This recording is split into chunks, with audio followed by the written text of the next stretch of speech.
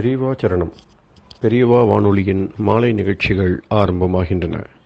இன்றைய எமது நிகழ்ச்சிகள் நித்திய குரு பாதுகா பூஜா, ஸ்ரீ ரா கணபதி அவர்கள் எழுதிய புத்தகத்தின் ஒளிவடிவம், ஆன்மீக உரை, மகா பெரியவா மகிமை, உபன்யாசம். பெரியவா சரணம். பெரியவா சரணம். அடுத்த நிகழ்ச்சி நித்திய குரு பாதுகா பூஜை. शुक्लां भरदरं विष्णुं शशिवर्णं चतुर्भुजं प्रसन्नवदनं ध्यायेत् सर्वविघ्नोपशान्तये। ममोपात्त समस्त दुरितक्षयद्वारा श्री परमेश्वर प्रीत्यर्थं गुरुप्रसाद सिद्ध्यर्थं गुरुप्रीत्यर्थं गुरुपादपूजाम् अद्य करिष्ये। गुरुर्ब्रह्मा गुरुर्विष्णुर्गुरुर्देवो महेश्वरः गुरुः साक्षात् परब्रह्म तस्मै श्रीगुरवे नमः। अपारकरुणासिन्धुं ज्ञानदं शान्तरूपिणं श्रीचन्द्रशेखरगुरुं प्रणमामि मुदान्वहम्। सदाशिवसमारम्भां शङ्कराचार्यमध्यमाम् अस्मदाचार्यपर्यन्तां वन्दे गुरुपरम्पराम्. எல்லோரும் குருவை பெரிவாளை தியானம் பண்ணிண்டு அர்ச்சனை பண்ணுவோம். அஷ்டோத்திரம். பெரியவா அஷ்டோத்திரம் பல அஷ்டோத்திரங்கள் இருக்கு. அதுல எளிமையா சுலபமா எது இருக்கோ அதை நான் இப்ப சொல்றேன். எல்லோரும் இதை கேட்டுண்டே திருப்பி சொல்ல முடிஞ்சுவா சொல்லி சொல்லி பெரிவாளுக்கு பாதத்துல ஒவ்வொரு புஷ்பத்தை அர்ச்சனை பண்ணலாம். ओम श्री कांची कामकोटि पीठाधीश्वराय नमः. श्रीमत् चंद्रशेखरेन्द्र सरस्वती गुरुभ्यो नमः. संन्यासाश्रम शिखराय नमः. काषाय दंडधारिणे नमः. सर्वपीठापहारिणे नमः. स्वामिनाथ गुरवे नमः. करुणासागराय नमः. जगदाकर्षण शक्तिमते नमः. सर्वचराचर हृदयस्थाय नमः. ओम भक्त परिपालक श्रेष्ठाय नमः. धर्म परिपालकाय नमः. श्री जयेन्द्र सरस्वत्याचार्याय नमः. श्री विजयेन्द्र सरस्वती पूजिताय नमः. शिवशक्ति स्वरूपाय नमः. भक्ताभीष्ट प्रदायकाय नमः. ब्रह्मण्य पोषकाय नमः. ब्रह्म विष्णु शिवैक्य स्वरूपाय नमः. कांची क्षेत्रवासाय नमः. कैलाश शिखरवासाय नमः. स्वधर्म परिपोषकाय नमः. चातुर्वर्ण संरक्षकाय नमः. लोकरक्षण संकल्पाय नमः. ओम ब्रह्मनिष्ठापराय नमः. सर्वपापहराय नमः. धर्मरक्षक संतुष्टाय नमः. भक्तार्पितधन स्वीकर्त्रे नमः. सर्वोपनिषत् सारज्ञाय नमः. सर्वशास्त्रगम्याय नमः. सर्वलोक पितामहाय नमः. भक्ताभीष्ट प्रदायकाय नमः. ब्रह्मण्य पोषकाय नमः. नानाविध पुष्पार्चितपताय नमः. रुद्राक्ष क्रीडधारिणे नमः. भस्मोद्दोलित विग्रहाय नमः. सर्वज्ञाय नमः. सर्वचराचर व्यापकाय नमः. अनेक शिष्य परिपालकाय नमः. मनश्चाञ्चल्य निवर्तकाय नमः. अभयहस्ताय नमः. भयापहाय नमः. यज्ञपुरुषाय नमः. यज्ञानुष्ठान रुचिप्रदाय नमः. यज्ञसम्पन्नाय नमः. यज्ञसहायकाय नमः. यज्ञफलदाय नमः. यज्ञप्रियाय नमः. उपमानरहिताय नमः. स्फटिक तुलसी रुद्राक्ष हारधारिणे नमः. चातुर्वर्ण समदृष्टये नमः. ऋग्यजुस्साम अथर्वणादि चतुर्वेद संरक्षकाय नमः. दक्षिणामूर्तिस्वरूपाय नमः जाग्रत् स्वप्न सुषुप्ति अवस्थातीताय नमः कोटिसूर्यतुल्यतेजोमय शरीराय नमः साधुसङ्गसंरक्षकाय नमः अश्वगज गोपूजा निर्वर्तकाय नमः गुरुपादुकपूजातुरन्तराय नमः कनकाभिषिक्ताय नमः स्वर्णबिल्वदलपूजिताय नमः सर्वजीवमोक्षदाय नमः मूकवाक्ताननिपुणाय नमः नेत्रदीक्षादानाय नमः द्वादशलिङ्गस्थापकाय नमः गानरसप्रियाय नमः ब्रह्मज्ञानोपदेशकाय नमः सकलकलासिद्धिताय नमः चातुर्वर्ण्यपूजिताय नमः अनेकभाषासम्भाषण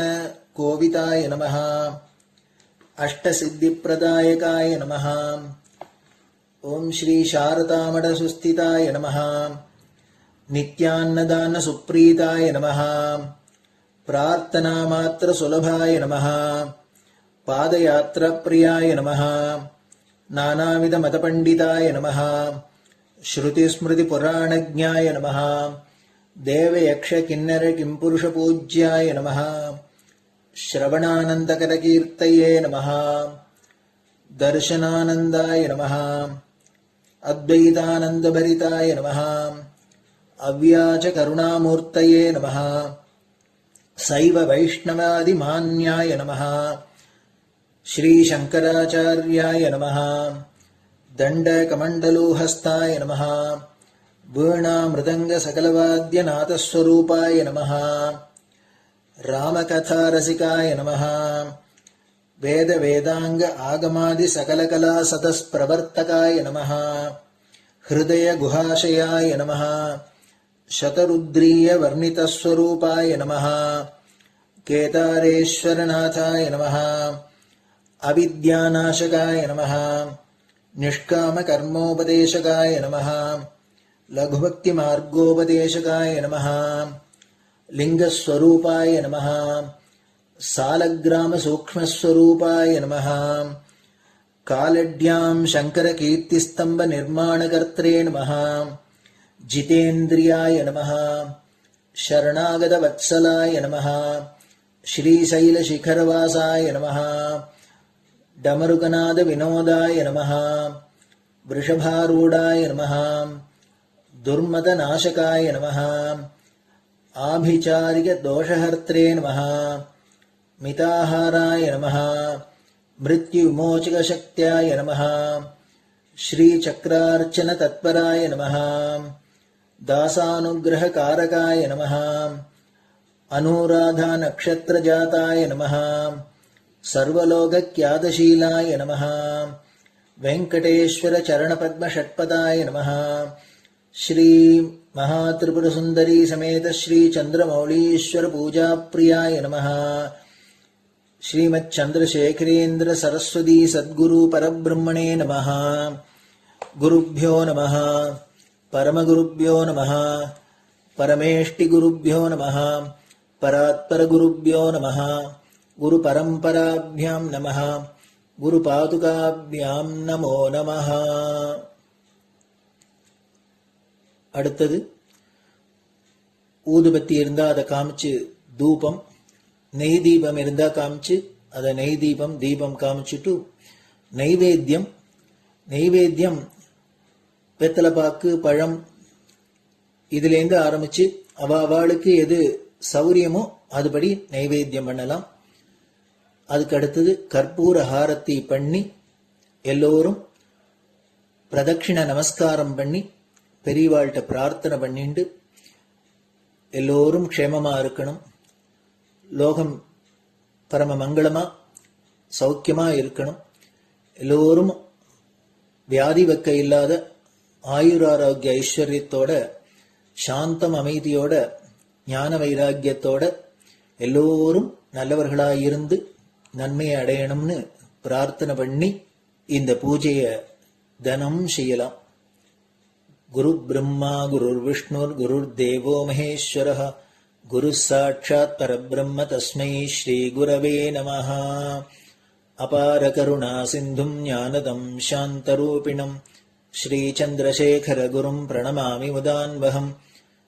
சதாசிவசமாரம்பாம் சங்கராச்சாரிய மத்யமாம் அஸ்மதாச்சாரிய பர்யந்தாம் வந்தே குரு பரம்பராம்.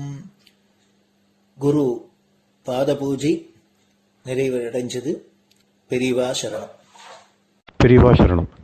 பெரியவா வானொலியில் நேயர்கள் அடுத்து கேட்க இருப்பது ஸ்ரீ ரா கணபதி அவர்கள் எழுதிய புத்தகத்தின் ஒளி வடிவம். அளிப்பவர் ஸ்ரீமதி உமா சங்கர் அவர்கள். தேனினும் இனிய சொல்லான் தீச்சுடர் மேனி கொண்டான் ஊனுயிர்க்குயிரதான ஒன்றினைக் கலந்து நின்றான் ஏனினிக் கவலை நெஞ்சே இன்றுனக் அருள் செய்தான் இஞ்ஞானவான் காமகோட்டி நாதனை நம்புவோமே. ஜெய ஜெய சங்கர, ஹரஹர சங்கர. மகாபெரியவாளின் உபதேசங்களை ரா கணபதி அண்ணா தெய்வத்தின் குரல் என்ற பெயரில் 7 பாகங்களாக தொகுத்து அளித்ததின் முதல் பகுதியின் அடுத்த பாகம். துவைதத்தை பௌத்தத்தால் வகுத்தால் வருவது அத்வைதம். பிரம்மம் பூரணமானது, உலகமும் பூரணமானது. பிரம்மம் என்ற பூரண வஸ்துவில் உலகம் என்ற பூரணம் உதயமாயிற்று. இந்த உலகம் என்ற பூரணத்தை பிரம்மம் பூரணத்திலிருந்து எடுத்துவிட்ட போதிலும் பிரம்மம் பூரணமாகவே இருக்கிறது என்று ஓர் உபனிஷத மந்திரம் சொல்கிறது. பூரணம் என்றால் எல்லாம் என்று அர்த்தம். எப்படி 2 வஸ்து எல்லாமாக இருக்க முடியும்? பூரணத்திலிருந்து பூரணத்தை கழித்த பின்னும் எப்படி பூரணம் மிஞ்ச முடியும் என்ற கேள்வி எழுகிறது. இந்த மந்திரத்தின் வாஸ்தவமான தாத்பரியம் என்ன? உலகம் உண்மையில் பிரம்மத்திலிருந்து வேறாக பிரிந்து வெளியே வந்துவிட்ட வஸ்து அல்ல. பிரம்மமேதான் உலகமாக தோன்றுகிறது. பிரம்மம் வேறதோ பொருளைக் கொண்டு உலகை சிருஷ்டிக்கவில்லை. பிரம்மமே உலகமாக மாறிவிடவும் இல்லை. பிரம்மம் உலகமாக தோன்றுகிறது, அப்பியரன்ஸ், அவ்வளவுதான். இருட்டிலே ஒரு மாலையை பார்த்துவிட்டு பாம்பு என்று நினைக்கிறோம். இப்போது மாலையே பாம்பாக தோன்றுகிறது. மாலை பாம்பாக மாறவில்லை. மாலை பாம்பை சிருஷ்டிக்கவும் இல்லை. பாம்பாக எண்ணிய போது அது முற்றிலும் பாம்பாகத்தான் தெரிகிறது. மாலை என்று தெரிந்து கொண்டால் பூரணமாக மாலையாகவே இருக்கிறது. மாலை என்ற பூரணத்தில் பாம்பு என்ற பூரணம் உதயமானாற் போல் பிரம்ம பூரணத்தில் உலக பூரணம் தோன்றுகிறது. அதாவது ஒரு நிலையில் மாலையே பூரணம், இன்னொரு நிலையில் பாம்பே பூரணம். ஆக 2 பூரணம் இல்லை. ஒரே பூரணம் 2 சமயங்களில் 2 விதங்களில் பூரணமாக தெரிகிறது. மாலையில் பாம்பு என்ற தோற்றம் ஏற்பட்டதால் அப்போது அதன் எடை கூடிற்றா என்ன? இல்லை. பாம்பு என்ற தோற்றம் அழிந்து இது மாலைதான் என்ற தெளிவு ஏற்பட்ட போது மாலையின் எடை குறைந்ததா? அதுவும் இல்லை. அப்படியே பிரம்மத்தில் உலகத்தை கூட்டினாலும் குறைத்தாலும் அது மாறாமல் பூரணமாகவே இருக்கிறது. மாலையில் தோன்றும் மாயப்பாம்பாக, அலங்கலில் தோன்றும் பொய்மை அறவாக இருப்பதே உலகம் என்கிறார் கம்பர். அறவை பாம்பை அலங்கலில் இருந்து மாலையிலிருந்து கழித்த பின்னும் அது பூரண அலங்கலாகவே இருக்கிறது. இதுதான் உபனிஷத் சொன்னபடி பூரணத்திலிருந்து பூரணத்தை கழித்த பின்னும் பூரணம் மீதி இருப்பது. மாலை ஏன் பாம்பாக தெரிந்தது? இருட்டினால் அப்படி தெரிந்தது. மாயை என்கிற இருட்டில்தான் பிரம்மம் உலகமாக தெரிகிறது. மாயா என்றால் எது இல்லையோ அது என்று அர்த்தம். இல்லாத வஸ்துவான மாயைதான் இருக்கிற ஒரே வஸ்துவான பிரம்மத்தை பலவான பிரபஞ்சமாக பெருக்கிக் காட்டுகிறது. இல்லாத வஸ்துவால் இப்படி செய்ய முடியுமா என்று கேட்பீர்கள். கணித சாஸ்திரப்படி பதில் சொல்கிறேன். பிரம்மத்தின் விஷயத்தில் கூட்டல் கழித்தல் கணித நியதி மேலே பார்த்தோம். கூட்டினாலும் ஜாஸ்தியாகாது, கழித்தாலும் பூரணமாகவே இருக்கும் என்ற விசித்திரத்தை பார்த்தோம். இப்போது பெருக்கல் வகுத்தல் கணக்கு ஒன்றும் சொல்கிறேன். ஓர் எண்ணை இன்னொரு எண்ணால் வகுக்கிறோம். வகுக்கிற எண் சிறியதாக சிறியதாக ஈவு அதிகமாகிக் கொண்டே போகும். 16 16ஆல் வகுத்தால் ஈவு 1, 8ஆல் வகுத்தால் ஈவு 2, 4ஆல் வகுத்தால் 4, 1ஆல் வகுத்தால் ஈவு 16. வகுக்கிற எண் சிறியதானால் ஈவு அதிகமாகிறது. வகுக்கிற எண் மிக மிகச் சிறியதாகி 0 ஆகிவிட்டால் அப்போது ஈவு மிக மிக பெரியதான எண்ணிக்கையிலேயே அடங்காத அனந்தமாகிறது, இன்ஃபைனிட்டி. 0ஆல் எந்த எண்ணை வகுத்தாலும் கிடைக்கிற ஈவு அனந்தம். 1ஐ 0ஆல் வகுத்தால் கிடைப்பது அனந்தம். அதே மாதிரி 2ஐ 0ஆல் வகுத்தாலும் 3ஐ 0ஆல் வகுத்தாலும் கிடைப்பது அனந்தம், இன்ஃபைனிட்டி. கோடியை 0ஆல் வகுத்தாலும் இதே அனந்தம்தான் ஈவு. வகுக்கிற எண்ணால் ஈவை பெருக்கினால் வகுக்கப்படும் எண் கிடைக்க வேண்டும் என்பது கணித நியதி. 16ஐ 2ஆல் வகுத்தால் கிடைப்பது 8. அதாவது 8ஐ 2ஆல் பெருக்கினால் வருவது 16 இந்த நியதிப்படி. அனந்தத்தை 0ஆல் பெருக்கினால் வருவது 1, அனந்தத்தை 0ஆல் பெருக்கினால் வருவது 2, அனந்தத்தை 0ஆல் பெருக்கினால் வருவது 3. இப்படி முடிவே இல்லாமல் போய்கொண்டே இருக்கிறது. ஒரே அனந்தமானது 0ஆல் தன்னை 1, 2, 3 கோடி 10 கோடி என்று முடிவில்லாமல் பெருக்கிக் கொண்டே போகிறது. இந்த ஒரே அனந்தம்தான் பிரம்மம். இல்லாத வஸ்துவான மாயை தான் 0. எது இல்லையோ அதுதானே சைஃபர். மாயை என்றாலே அந்த சொல்லுக்கு எது இல்லையோ அது என்றுதான் அர்த்தம். எனவே மாயைதான் சைஃபர், 0. அனந்தம் 0ஆல் தன்னை பெருக்கிக் கொண்டு பலவாக காட்டிக்கொள்வது போல் பிரம்மம் மாயா சக்தியால் தன்னை எல்லையில்லாத பல வஸ்துக்களாக தோன்றுகிற இந்த பிரபஞ்சமாக காட்டிக்கொள்கிறது. வகுக்கப்படும் பிரபஞ்சத்துக்கு என்ன எண்ணிக்கை வேண்டுமானாலும் தரலாம். எந்த எண்ணிக்கை தந்தாலும் அதை வகுப்பது 0மான மாயையாகையால் மாறாது. அனந்த பிரம்மமே ஈவு ஆகிறது. பிரபஞ்சம் என்பது இவ்விதம் எந்த எண்ணிக்கையை வேண்டுமானாலும் பெறலாம் என்கிற முறையில் எல்லையற்று இருப்பதால் அதுவும் அனந்தமாகிறது. சிருஷ்டியில் எத்தனை தினுசு, நம் மனசும் எத்தனை தினுசுகளில் ஓடுகிறது.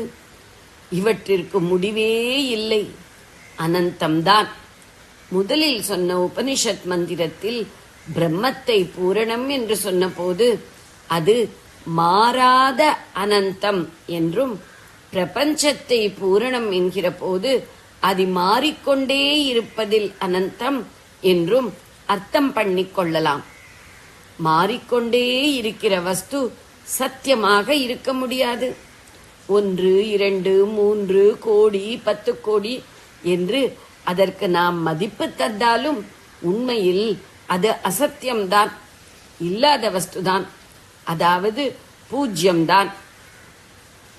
எந்த எண்ணை 0ஆல் பெருக்கினாலும் வருகிற விடை 0தான் என்ற கணித நியதியை இங்கே எடுத்துக்கொள்ள வேண்டும். அனந்தம் பிரம்மம் மாயை 0வால் பெருக்கினால் வருவது 1, 2, 3 என்றெல்லாம் மேலே உபசாரமாக சொன்னாலும் உண்மையில் அனந்தத்தை மாயையால் பெருக்கி கிடைக்கிற பிரபஞ்சமும் மாயாமயமான 0தான் எனலாம். அனந்தமாக இருக்கிற பிரம்மம் ஒன்றே சத்தியம் என்கிறது அத்வைத்தம். அனந்தமாக தெரிகிற பிரபஞ்சமும் சத்தியம் என்கிறது துவைத்தம். பிரம்மம் பிரபஞ்சம் என்ற பேதமில்லாமல் எல்லாமே சூன்யம், பூஜ்யம், மாயை என்கிறது பௌத்தம். அதாவது பிரம்மம் என்பது சத்தியம் என்று சொல்வது அத்வைத்தம். எல்லாம் மாயை என்பதோடு நிற்கிறது பௌத்தம். பிரபஞ்சத்தை சத்தியமாக சொல்கிறது துவைத்தம். பிரம்மத்தை மாயையால் பெருக்கினால் கிடைப்பது பிரபஞ்சம் என்று நாம் மேலே கண்ட ஈக்குவேஷன் சூத்திரத்தை அத்வைத்தத்தை பௌத்தத்தால் பெருக்கினால் வருவது துவைத்தம் என்று சொல்லலாம். அல்லது துவைத்தத்தை பௌத்தத்தால் வகுத்தால் கிடைப்பது அத்வைத்தம் எனலாம். ஜெய ஜெய சங்கர, ஹரஹர சங்கர. பெரியவா சரணம். இந்நிகழ்ச்சியின் அடுத்த பகுதி நாளை மாலை இதே நேரத்தில் ஒளிபரப்பாகும். பெரியவா சரணம். பெரியவா சரணம். பெரியவா வானொலியில் நேயர்கள் அடுத்து கேட்க இருப்பது திரு கவிக்கண்ணன் அவர்களின் ஆன்மீக உரை. பெரியவா சரணம். ராம் ராம். ஸ்ரீ குருப்யோ நமஹ. ஜெய ஜெய சங்கர, ஹர ஹர சங்கர. பெரியவா வானொலி நேயர்கள் அனைவருக்கும், மகா பெரியவாவுடைய பக்தர்கள் அனைவருக்கும் அடியேன் கவிக்கண்ணனின் அன்பு கலந்த நல்வாழ்த்துக்கள். ராம் ராம். ஜெய ஜெய சங்கர, ஹர ஹர சங்கர. ஸ்ரீ குருப்யோ நம. என்னுளம் புகுந்து என்னுள் உறைந்து என்னுயிர் தன்னில் என்றும் கலந்து என்னை இப்புவியில் இயக்கெடும் குருவே, என்னை நின்னருள் இயம்புதல் எளிதோ, என்னே நின்னருள் இயம்புதல் எளிதோ. உன்னை என் உள்ளத்தை உறுதியாய் கண்டேன், உன்னெழில் உருவம் உவந்து பதித்தேன். உன்னை நினைந்து நான் உருகினேன் உலகில், உன்னால் உயிர்ந்தேன் உத்தம குருவே. சுந்தரனாயன்று தரணியில் உதித்த சந்திரசேகர சத்குருநாத, இந்திர சரஸ்வதி சங்கர வடிவே, இம்மை மறுமைக்கு எந்தன் கதியே. உந்தன் பொற்பதம் ஒரு கணம் மறவேன், உந்தன் நாமமே உரைப்பேன் தினமே. எந்தனுக்கினிய எளிய நற்குருவே, எழில்மிகு காஞ்சி அமர்ந்திடும் திருவே. அப்படி ஒரு காவடி சிந்த பாணியில ஒரு சின்ன பாடலை பெரியவாளுக்கு சமர்ப்பிச்சு இன்னைக்கு ஆரம்பிக்கிறோம். இந்த உள்ளத்துல புகுந்து என்னன்னைக்கும் என் உள்ளத்துல நிறைந்து என்னோட உயிரோட கலந்து இந்த உலகத்துல நினைக்கக்கூடிய குருநாதா, உன் அருளை பத்தி நான் என்னன்னு சொல்லுவேன். இந்த உள்ளத்துல உன்னை உறுதியா வச்சேன். உன்னையே நான் உள்ளுக்குள்ள நான் பாக்கிறேன், ஜோதி சுரூபமா பாக்கிறேன். உன்னை நினைச்சு நான் உருகிறேன். உன்னாலதான் நான் உயர்ந்தேன், நீ இல்லைன்னா நான் இல்ல. சுந்தரனாக அன்னைக்கு சுவாமிநாதனாக நீ விழுப்புரத்துல உதித்தாய். அப்புறம் சந்திரசேகர சத்குருவாக பட்டம் ஏற்றாய் காஞ்சி காமகோட்டை பீட்டத்துல. இந்திர சரஸ்வதிங்கிற சங்கர வடிவான நீ இம்மைக்கும் மறுமைக்கும் எனக்கு நீதானே கதி இல்லையா? உன்னோட பொற்பாதத்தை நான் ஒரு நாளும் மறக்க மாட்டேன். உன்னுடைய நாமத்தை நான் என்றும் மறவாம நான் சொல்லிக் கொண்டே இருப்பேன். என்னுடைய இனிய எளிய சத்குரு நாதா, அழகான காஞ்சியிலே அமர்ந்திருக்கக்கூடிய திருவே, என்னன்னைக்கும் நீ என்னுடைய உள்ளத்துக்குள்ள புகுந்து என்னன்னைக்கும் நீ அங்கே நிரந்தரமாக குடிகொண்டிருக்கிறாய் அல்லவான்னு சொல்லி இந்த பாட்டுல நம்ம சொல்லியிருக்கோம். இப்படி மகா பெரிவாள தொழுதுவா நிறைய பேர் உண்டு. மகா பெரிவாளே கத்தின்னு வந்தவா உண்டு, மகா பெரிவாளே சரணம்னு வந்தவா உண்டு. தனக்கு விமோசனம் கிடைக்கிறதுக்காக மகா பெரிவாளுடைய பாதத்துல விழுந்தவாள்லாம் உண்டு. இப்படி ஒரு பையன், அந்த பையன் 12 வயசு பையன், பிராமண பையன் வேற. அவனுக்கு அப்பா தவறி போயிட்டா சின்ன வயசுல. அம்மாவும் இவனோட தங்கையை அழைச்சிட்டு, சின்ன குழந்தை, அவளுக்கு 8 வயசு இருக்குன்னு வச்சுப்போமே, தங்கையை அழைச்சிட்டு யார் வீட்டுக்கோ சமையலுக்காக போயிட்டா. அந்த சமையல் பண்ணிட்டு இருந்த வீட்டுக்கார டிரான்ஸ்பர்ல பம்பாய்க்கு எங்கேயோ போயிட்டா. அம்மாவும் தங்கையை அழைச்சிட்டு அவ வீட்டுக்கு போயிட்டா. ஏன்னா அவளுக்கு ரொம்ப நெருக்கமா போயிட்டான்னா அங்க போயிட்டா. பையனை என்ன பண்ணுவா அப்படின்னா, ஒருத்தர் வீட்டுல அடைக்கலமா விட்டுட்டு போனா. அவ என்ன பண்ணான்னாக்கா, பக்கத்துல ஒரு பள்ளிக்கூடம், ஒரு கான்வென்ட் மாதிரி, அந்த கான்வென்ட்டுக்கு ஒரு விடுதி வேற இருந்தது. அங்க கொண்டு போய் இந்த பையனை சேர்த்து போயிட்டா ரகசியமா. என்ன அப்படின்னாக்கா, அந்த விடுதியில இவனுக்கு சாப்பாடு போடுவா, இடத்துக்கு தங்கறதுக்கு வசதி கொடுப்பா, அந்த கான்வென்ட்ல படிப்பும் சொல்லி கொடுப்பா. கூட போய் எல்லா வேலையும் இங்க துடைக்கிறது, பெருக்கிறது, மொழுகிறது, அந்த மாதிரி எல்லாம் பண்ணுவா. இது ஒரு மாற்று மதத்தை சேர்ந்ததாக இருக்கும்னு எனக்கு தோன்றது பார்த்தாக்க. அப்படி அந்த பையனை இது பண்ணுவா. திடீர்னு ஒரு நாள் தப்பிச்சுன்றவன் என்ன பண்ணா, யாரோ ஒருத்தர் காஞ்சிபுரத்துக்கு போறவாளோட சேர்ந்துன்னு அவனும் காஞ்சிபுரத்துக்கு போயிட்டான். அவனுக்கு யாரோ சொல்லிருக்கா காஞ்சிபுரத்துல பெரியவா இருக்கா, அவளை போய் சரண் அடைஞ்சா தனக்கு எல்லாம் பண்ணுவான்னு. பையனுக்கு 12 வயசு ஆயிடுச்சா. அவன் வெளியில எல்லாரையும் பாக்குற போது எத்தனையோ பேர் வீட்டுல குழந்தையெல்லாம் பூனெல்லாம் போட்டு உபநயனம் ஆன குழந்தையெல்லாம் காயத்ரி ஜபெல்லாம் சொல்லிட்டு கோவிலுக்கு எல்லாம் போயிட்டு இருக்கு. இந்த பையனுக்கு இந்த ஸ்கூல்ல இருக்கவா வெளியிலேயே விட மாட்டேங்கிறா, எங்கேயும் விட மாட்டேங்கிறா. காம்பவுண்ட் விட்டு வெளியில விட முடியல. தப்பிச்சுன்னு ஓடி வந்துட்டான். நேரம் காஞ்சிபுரத்துக்கு வந்துட்டான். பெரியவாளை பார்க்கணும்னு காத்துட்டே இருக்கான். நாள் முழுக்க காத்துட்டு இருந்தா ஒன்னும் அவனுக்கு சரியா அமையல. மறுநாளைக்கு திருப்பியும் போனான். அங்கெங்கயோ கோவிலையோ எங்கேயோ அங்க இருந்தான். எங்கேயோ ஏதோ பிரசாதம் ஏதோ கிடைச்சது சாப்பிட்டான். மறுநாள் காத்தால திருப்பி வந்துட்டான். அவன் வெறுங்கையோட தானே வந்திருக்கான். அடுத்த வேலைக்கு துணிக்கு சாப்பாட்டுக்கு வழி இல்லாத கையில காசு இல்லாத தானே வந்திருக்கான். வந்தவன் என்ன பண்ணான்னு அங்க திருப்பி காத்தாலேயே குளிச்சுட்டு ஜம்மனு அப்படி ஒரு ஓரமா நின்னுட்டு இருந்தான். பெரியவா பாப்பாடான்னு. பெரியவா பார்வை அவன் மேல விழுந்து கொடுத்து, அதுவே பெரிய அதிர்ஷ்டம் தானே. சொடக்கு போட்டு கூப்பிட்டாங்க. இங்க வாங்க, நீ யாரோட வந்திருக்க நீ அப்படின்னு கேட்டான். அவன் சொன்னா, நான் யாரோடையும் வரல பெரியவா, தனியா தான் வந்தேன். இந்த மாதிரி என்னோட கதை இப்படி அப்பா செத்து போயிட்டார், அம்மா தங்கை அழிச்சுன்னு ஒருத்தர் ராத்திர சமையல் பண்ணிட்டு இருந்தா. அப்புறம் அவளுக்கு டிரான்ஸ்பர் ஆனா அவளோட இங்கே பம்பாய்க்கு எங்கேயோ போயிட்டாளாம். தேடி பார்த்தேன், எனக்கு கிடைக்கவே இல்லை. என்ன ஒருத்தர் ராத்திர விட்டுட்டு போனா பாத்துங்கோன்னு அவ கொண்டு போய் என்ன ஏதோ ஒரு மிஷனரி மாதிரி ஒரு இடத்துல கொண்டு போய் என்ன அவளுடைய அநாதை இல்லத்துல சேர்த்துட்டா. அவ ஸ்கூல்ல என்ன படிக்க வைக்கிறா. ஆனா எனக்கு எல்லாமே ஃப்ரீயா தான் கொடுக்கறா. அந்த ஸ்கூல்ல அவ என்ன பண்ணாக்கா, உன்னை நன்னா படிக்க வைக்கிறோம், நீ நன்னாவும் படிக்கிற, ஆனா நீ எங்க மதத்துக்கு மாறணும். மாறிட்டேன்னா உன் பேரையும் மாத்திருவேன். நான் உனக்கு எல்லா படிப்பும் சொல்லிக் கொடுப்பேன். BA MA அப்படின்லாம் படிக்க வச்சு உன்னை ஒரு பாதிரியார் ஆக்கிடுவோம் நாங்க. நீ ரொம்ப பெரிய ஆளாயிடுவேன் நீ அப்படின்னு சொல்லி எல்லாம் சொல்றா. எனக்கு அங்க இருந்து தப்பிச்சுன்னு வந்தா போறோம்னு நான் ஓடி வந்துட்டேன். பெரியவா, எனக்கு இதெல்லாம் நம்பிக்கை இல்லை. எனக்கு பெரியவா நான் பிராமண பையன். எனக்கு பெரியவா யார் மூலமாவது உபநயனம் பண்ண வச்சு எனக்கு காயத்ரி ஜபத்னா உபதேசம் பண்ணி என்ன பெரியவா கிட்டே வச்சுட்டு கைங்கரியம் பண்ணதுக்கு வச்சுன்னா எனக்கு ரொம்ப சந்தோஷம். நான் மடத்தோட கைங்கரியம் பண்றேன். இங்கேயும் இவா என்னென்ன சொல்லிக் கொடுக்கறாளோ அதெல்லாம் நான் கத்துக்கிறேன். பெரியவா தான் அனுகிரகம் பண்ணணும் ஓன்னு அழுதான். பெரியவா சொன்னா, நீ இப்படியே இரு, ஒன்னும் கவலைப்படாத. நான் உன்னை நீ இங்கே இரு, சாப்பிடு, அவ சொல்ற வேலையெல்லாம் செய். மத்தியானமா நான் உன்னை கூப்பிடுறேன், அப்ப வான்னு. இந்த பையன் காத்துனா மத்தியானம் பெரியவா கூப்பிடுவான்னு ஒரு 4 மணி இருக்கும். பெரியவா அந்த அம்பியை கூப்பிட்டு அமிச்சா. அங்க ஒரு சமயக்கட்டில் ஒரு பையன் வேலை பண்ணிட்டு இருக்கான் பாரு, எல்லாருக்கும் உபகாரமா இருக்கானே, அந்த 12 வயசு அம்பியை கூட்டின்னு வான்னு. கூட்டின்னு வந்தான்னா ஒரு பெரிய கூட்டம் பம்பாயில இருந்து வந்து பெரியவாளை பாக்கிறதுக்கு. அதுல எல்லாரும் வந்தா, தரிசனம் பண்ணா, பார்த்தா, போயிட்டா. கிளம்பி போனோன்னா பெரியவா ஒரு பையனை அனுப்பிச்சு, எங்க வேலை செய்யற பையனை அனுப்பிச்சு அந்த கூட்டத்திலேருந்து ஒருத்தர் அடையாளம் காமிச்சு அவரை மாத்திரம் கூட்டின்னு வான்னு. கூட்டின்னு வந்தார். கூட்டின்னு வந்தோடனே இந்த அம்பியை கூப்பிட்டார். அம்பி இங்க வா, இந்த மாமா கிட்ட உன் கதையை சொல்லு, எங்கிட்ட சொன்ன கதையெல்லாம் அந்த மாமாட்ட சொல்லு. அவன் அப்படியே ஒண்ணு விடாத பெரியவாட்ட சொன்னது அப்படியே கொஞ்சம் கூட மாத்தாத அப்படியே சொன்ன உடனே அந்த மனுஷன் ஓன்னு அழ ஆரம்பிச்சுட்டார். ஏன் போய் என்ன ஆச்சு உமக்கு, எதுக்கு அழறேன்னு உன் கதையை கேட்டுன்னு.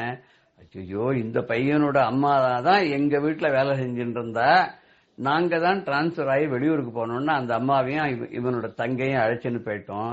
2 மாசம் முன்னாடி அவ அம்மா தவறி போயிட்டா. அந்த பொண்ணு கையால பில்லு வாங்கிதான் அவளுக்கு சம்ஸ்காரம்லாம் நாங்க பண்ணினோம். நானும் எவ்வளவோ ட்ரை பண்ணேன், இந்த பையன் எங்க இருக்கான்னு பாக்கிறதுக்கு. ஒரு பையன் உண்டுன்னு எனக்கு தெரியும், எங்க இருக்கான்னு ட்ரை பண்ணேன், கிடைக்கல. சென்னைக்கு கூட ஒரு ட்ரிப்பு போன மாசம் வந்திருந்த போது நான் எல்லா ஸ்கூல்லையும் எல்லா வீடுலையும் பார்த்தேன். ஏன்னா இவ முன்னாடி எங்க தங்கியிருந்தா போக்குவரத்தெல்லாம் எனக்கு தெரியாதுன்றதுனால நான் எவ்வளவு முயற்சி பண்ணி எனக்கு இந்த மாதிரி பையனை ட்ரேஸ் பண்ண முடியல. வேற வழியெல்லாம் போயிட்டேன். இன்னைக்கு பெரியவாளுடைய கருணையினால, பெரியவாளுடைய அனுகிரகத்தினால இன்னைக்கு இந்த பையன் பார்க்கும்படியே ஆச்சு. பெரியவா என்ன சொல்றாளோ அதை நான் செய்யறேன் அப்படின்னு. உடனே அவர் சொன்னார், உனக்கு குழந்தைகள் உண்டான்னு கேட்டார். எனக்கு குழந்தைகள் கிடையாது, இப்ப நான் சொல்றபடி செய். பிராமண பையன் தான், அனாதையா போயிட்டான், அம்மாவும் போயிட்டான், அப்பாவும் இல்ல, தங்கையும் இப்ப உங்க வீட்டுல தான் இருக்கா. நீ இந்த பையனை அழைச்சின்னு போ பம்பாய்க்கு. அழைச்சின்னு போய் உன் பையனா இவனுக்கு உபநயனம் பண்ணி வச்சு உன் பையனா ஸ்வீகாரம் பண்ணிக்கோ. இந்த பையனையும் அந்த பொண்ணையும் உன் பொண்ணாவே வளா. இவதான் உன் குழந்தை. இவாளுக்கு எந்த குறையும் இல்லாத வளர்த்து இந்த பையனை நல்ல ஆளாக்கி படிக்க வச்சு இவனுக்கு ஒரு வேலையை வாங்கி கொடுத்து, அந்த பொண்ணையும் நல்லா வளர்த்து ஒரு நல்ல இடத்துல கன்னிகாதானம் பண்ணி கொடுத்து, அவ 2 பேரும் சந்தோஷமா வச்சான்னா உன் குடும்பம் நன்னா இருப்ப, நீ சேமமா இருப்ப, எந்த கவலையும் கஷ்டமும் இல்லாத இருப்ப. இவாதான் உனக்கு பொண்ணு பிள்ளை வச்சுக்கோ, இவன் தான் உன்னுடைய வம்சத்துக்கு வாரிசாக இருக்க போறான்னு சொல்லி அந்த பையனை அவகிட்ட அனுப்பிச்சிட்டாளாம். பையனுக்கு பரம சந்தோஷம். எப்பேற்பட்ட ஜாக் பாக்கெட் அடிச்ச மாதிரி இந்த பையனுக்கு ஆச்சு.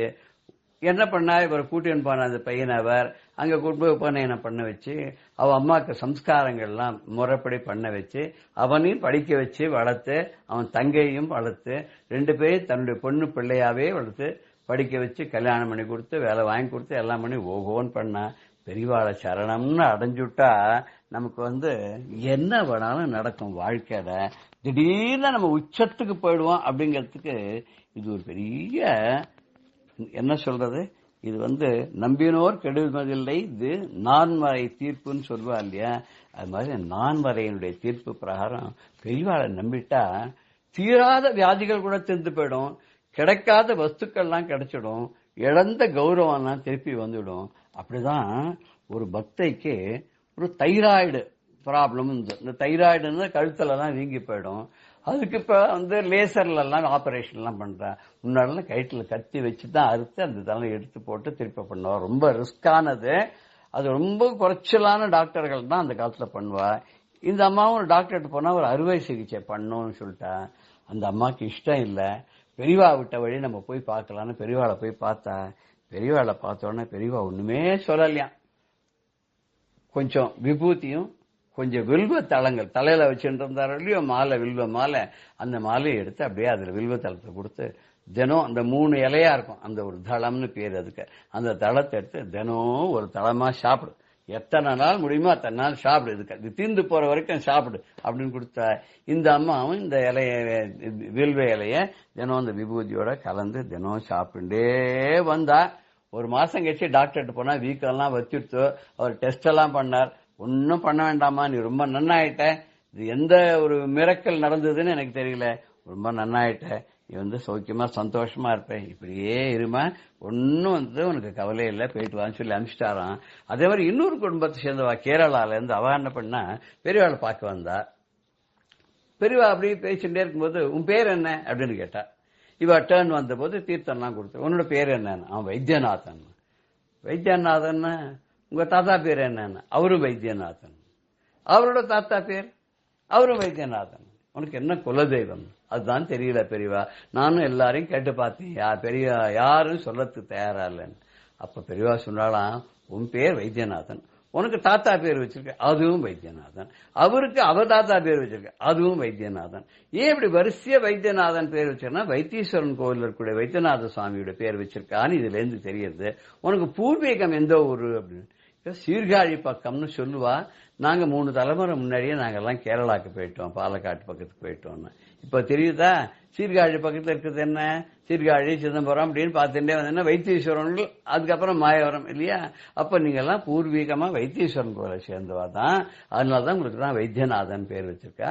இனிமே உனக்கு குலதெய்வம் வைத்தியநாத சுவாமி தான் அப்படின்னு சொல்லி அனுப்பிச்சாலாம். அவளுக்கு ரொம்ப சந்தோஷம், குலதெய்வத்தினுடைய இது கிடைச்சதுன்னு. அவ மூதாதையர்கள்லாம் கூட குலதெய்வத்துக்கு வேண்டிட்டு வைத்தீஸ்வரன் கோயிலுக்கு போய் தான் குழந்தைகளுக்கு முடியா இருக்கிறதெல்லாம் பண்ணிப்பான்னு அவ பாட்டி சொல்லி கேட்டிருக்கேன்னு பெரியவாட்ட அவர் சொன்னார். இப்போ உனக்கு கன்ஃபார்ம் ஆயிட்டா குலதெய்வம் யாருன்னு, சந்தோஷமா போயிட்டு வா, என்ன வருஷத்துக்கு ஒரு தடவையாவது வைத்தீஸ்வரன் கோயிலுக்கு போயிட்டு உன்னால என்ன முடியுமோ அந்த சுவாமிக்கு நீ செஞ்சுட்டு நன்னாயிருன்னு சொல்லி அனுப்பிச்சாலாம். பெரியவா எப்பவுமே என்ன பண்றா, எப்படி பண்றா, எது பண்றான்றது எல்லாருக்கும் ஒரே மாதிரி இருக்காது, ஒருத்தருக்கும் ஒரு மாதிரி இருக்கும். யார் யாருக்கு எப்படி எப்படி பாக்கியமோ அப்படி கிடைக்கும். பாக்கியம் பெற்றவர்கள் அந்த பலனை அனுபவிப்பார்கள், அவருடைய அருளுக்கு பாத்திரமாவார்கள். நமக்கும் பெரியவாளுடைய அருள் கிட்டட்டும் அப்படின்னு சொல்லி ஜெய ஜெய சங்கர ஹர ஹர சங்கர ஸ்ரீ குருபியோ நம. ராம் ராம். பெரியவா சரணம். இந்நிகழ்ச்சியின் அடுத்த பகுதி நாளை மாலை இதே நேரத்தில் ஒளிபரப்பாகும். பெரியவா சரணம். பெரியவா சரணம். அடுத்த நிகழ்ச்சி மகா பெரியவா மகிமை உபன்யாசம். வழங்குபவர் பிரம்மஸ்ரீ கணேச சர்மா அவர்கள். அபார கருணா சிந்தும் ஞானதம் சாந்தரூபிணம் ஸ்ரீ சந்திரசேகர குரும் பிரணமாமி முதான்வகம். 1968 வருஷம் வாக்கில் பெரியவா செகந்திராபாத்லேருந்து விஜயவாடாக்கு வரா. இந்த விஜயவாடாக்கு வரத்தையே பல ஊர்கள்லாம் பார்த்துன்னு வந்தா அப்படின்னு சொன்னோம். அப்போ இன்னொரு ஒரு முக்கியமான நிகழ்ச்சி பெரியவாளோட முயற்சியினால பெரியவாளோட அனுகிரகத்தினால் நடந்தது. என்ன அப்படின்னா, வடதேசத்துல குருக்ஷேத்திரம் அப்படிங்கிற இடம், அங்கதான் கீதை உபதேசம் பண்ணினது சுவாமி அர்ஜுனனுக்கு. பாரத போர் நடந்தது. அந்த குருக்ஷேத்திரத்துல ஒரு கீதோபதேசம் பண்றாப்புல சுவாமி பகவான் கிருஷ்ணர் அர்ஜுனனுக்கு கீதோபதேசம் பண்றது அந்த தேர்ல தட்டுல உட்காந்து பண்றதையே ஒரு பளிங்கு சிலையா பண்ணி அங்க பிரதிஷ்டை பண்ணினா முன்னாலேயே அப்படின்னு பார்த்தோம். அதே போல கீதா ரங்கம் அப்படிங்கிற ஒரு கட்டிடத்தை பெரியவா திறக்கணும்னு ஆசைப்பட்டு பெரியவாளோட விருப்பத்தினால அப்போ மந்திரியா இருந்தார் குல்ஷாரிலால் நந்தா அப்படிங்கிறவர். அவரோட தலைமையில குருக்ஷேத்திரத்துல இந்த 68ஆம் வருஷம் இந்த கீதாரங்க கட்டிடம் திறக்கப்பட்டது. இதோட பர்பஸ் என்ன அப்படின்னா, இந்த கீதையும் அந்த கீதையோட சாரத்தையும் அந்த தாத்பரியத்தையும் உலகம் முழுக்கலும் பரப்பணும் அப்படிங்கிறதுக்காக அதுக்கு ஒரு அமைப்பு இருக்கணும், அதுக்கு ஒரு தலைமை ஸ்தானம் இருக்கணும் அப்படிங்கிறதுனால அதே குருக்ஷேத்திரத்துல இந்த கீதாரங்க கட்டிடத்தை பெரியவா திறந்து வைக்கிறதுக்கு ஏற்பாடு பண்ணி அந்த குல்ஷாரிலால் நந்தா அதை திறந்து வச்சார். அது சிறப்பா செயல்பட்டு வருது. இன்னைக்கு உலகம் முழுக்க அந்த கீதையை பிரச்சாரம் பண்ணிட்டு வருது. அப்படிங்கிறதுக்கு காரணம் இந்த பெரியவாளோட ஒரு முயற்சி அப்படிங்கிறத நாம பாக்குறோம். பெரியவா அந்த கீதோபதேசம் வைக்க சொத்தையே ஆதிசங்கரருக்கும் சந்நிதி வைக்க சொன்னா அப்படின்னு பார்த்தோம். இந்த கீதை பிறந்து இந்த குருக்ஷேத்திரம்ல அந்த மண்ணுல பூமியில அந்த சொன்னவர் உபதேசம் பண்ணினவர் ஜெகத்குரு கிருஷ்ணரான ஜெகத்குரு. அதுக்கு அதே பரமாத்மாவோட அவதாரமான ஆதிசங்கர் தான் பாஷ்யம் பண்ணினர். அதே பரமாத்மாவோட மறு அவதாரமான பெரியவா தான் அதை பிரகாசப்படுத்துறதுக்கும் நாம ஸ்மரிக்கிறதுக்கும் ஞாபகம் வச்சுக்கிறதுக்கும் காரணமாயிருக்கா. அதாவது இதுலேயும் தெரியறது, ஒரே பரம்பொருள் தான் ஒரு விஷயத்தை சொல்லவும் சொல்றது, அதை பிரச்சாரமும் பண்றது, அதை தூக்கி நிறுத்தவும் நிறுத்தது, காப்பாற்றவும் காப்பாத்துறது அப்படின்னு தெரியுது. இப்படி பல முக்கியமான தர்ம காரியங்களுக்கு பெரியவா ஒரு அவதாரம் காரணமா இருந்துக்கு அப்படின்னு நாம தெரிஞ்சுக்கிறோம். அப்போ 68ஆம் வருஷம் அகில பாரத சர்வசாகா வேத சம்மேளனம் விஜயவாடால நடந்தது அப்படிங்கிறத நாம பார்த்துன்னு வந்தோம். நமது சனாதன மதத்துக்கு முக்கியமான பிரமாணம் ஆணிவேர் வேதம். வேதம் தான் சர்வ பிரமாணம். நம்ம சனாதன மதத்துக்கு மட்டும்னு இல்லை, எந்த மதமா இருந்தாலும் சரி அதுக்கு எல்லாத்துக்குமே வேதமே ஒரு பிரமாணமா இருக்கு. அது சர்வ பிரமாணம். ஏன்னா ஈஸ்வரனோட சுவாசம், அது ஈஸ்வரனோட வாக்கு. அந்த வேதத்துக்கு பல சாகைகள்னா கிளை. அப்படி இருந்தது தான் பல சாகைகள். அதுல என்ன பண்ணார், கலியோட இந்த இயலாமையை உத்தேசிச்சு பகவான் வேதவியாச மகரிஷி அதை ரிக்வேதம், யஜுர்வேதம், சாமவேதம், அதர்வ வேதம்னு 4ஆ பண்ணினர். 4 சாகைகளை பண்ணி அதுலயும் பார்த்தீங்கன்னா ரிக்வேதத்துல பல சாகைகள், யஜுர்வேதத்துல பல கிளைகள், சாமவேதத்துல பல சாகைகள், இப்படி எல்லாம் 1000க்கும் மேற்பட்ட சாகைகள்லாம் இருந்ததுன்னு நமக்கு தெரிய வருது. ஆனா இன்னைக்கு காலகட்டத்துல பார்த்தீங்கன்னா எல்லாம் குறைஞ்சு போய் ஒரு 7 அல்லது 10க்குள்ள இருக்கிறாப்புல தான் சாகைகள் இருக்கு. எல்லா வேதத்தையும் 4 வேதத்தையும் சேர்த்து. அதனால இதுவானும் குறைஞ்சு போயிடாத இருக்கணும். இதை படிக்கிறதுக்கு எல்லாம் நிறைய வித்வான்கள்லாம் வந்து படிச்சு பெரிய வித்வான்கள்லாம் வந்து இதெல்லாமானும் தொடர்ந்து இருக்கணும் அப்படிங்கிற ஒரு உயர்ந்த நோக்கத்துல தான் பெரியவா அகில பாரத சர்வசாகா வேத சம்மேளனம் அப்படிங்கிறத ஒண்ணு ஏற்பாடு பண்ணினா. இது 1962ஆம் வருஷம் முதல்ல இந்த சாகா சம்மேளனம் நடக்கிறதே சர்வசாகா சம்மேளனம் டெல்லிங்கிற தலைநகரத்துல நடந்தது. அதே மாதிரி 65ஆம் வருஷம் சென்னையில நடந்தது. 66ஆம் வருஷம் திருப்பதியில நடந்தது. இப்ப 68ஆம் வருஷம் விஜயவாடால நடக்கிறது. இது 5 நாள் சம்மேளனமா நடந்தது. நாட்டுல உள்ள பல பாகங்கள்ல உள்ள அத்தனை வேத வித்துக்களும் வந்திருந்தா. சுமார் வேத பண்டிதாலே 400 பேருக்கு மேல இருந்தா. அப்படின்னா எவ்வளவு கோலாகலமா இருந்திருக்குன்னு பார்க்கலாம். அதுல பல நிகழ்ச்சிகள் எதுக்காக இதெல்லாம் பண்ணினா அப்படின்னா, இந்த வேதம் அப்படிங்கிறது இந்த பாரத தேசம் முழுக்களும் பரவி இருக்கு. ஆலமரம் மாதிரி, ஆலம் விழுது மாதிரி எல்லா இடத்துலயும் பரவி இருக்கு. இந்த வேத கலாச்சாரமும் இந்த வேதமும் எல்லா இடத்துலயும் பரவி இருக்கு.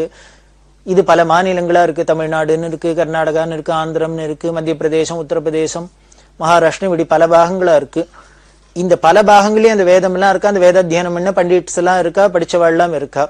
இவா எல்லாரும் ஒன்னா கூட்டி வச்சு இந்த எஜுர்வேதிகள் அப்படின்னாலே தமிழ்நாட்டிலயும் இருக்கா, குஜராத்லயும் இருக்கா, மகாராஷ்டிரிலயும் இருக்கா, வங்காளத்திலயும் இருக்கா, இப்படின்னு இருந்தா எல்லாரும் ஒன்னா மீட் பண்ணிட்டு ஒருத்தருக்கு ஒருத்தர் தங்களுக்குள்ள எப்படி ஒற்றுமை இருக்கு, அதுல என்னென்ன வித்தியாசங்கள் இருக்கு, இதெல்லாம் பரிமாறிண்டா ரொம்ப உபயோகமா இருக்குங்கிறதுனால்தான் சர்வசாகா சம்மேளனம் ஆரம்பிச்சு பெரியவா தொடர்ந்து நடத்தின்னு வரா. அதுல ஆச்சரியமா பல விஷயங்கள்லாம் தெரிஞ்சுது. இப்போ தமிழ்நாடு, ஆந்திரா, கர்நாடகா, மகாராஷ்டிரா இத மாதிரி பிரதேசங்கள்ல இருக்கிறது ருக்வேதமா இருக்கட்டும், எஜுர்வேதமா இருக்கட்டும், சாமவேதமா இருக்கட்டும், இந்த வேதங்கள்லாம் எடுத்து பார்த்தீங்கன்னா சொல்ற விதம் அநேகமா ஒன்னா இருக்கும். ரொம்ப ஒன்றும் வித்தியாசம் இருக்காது.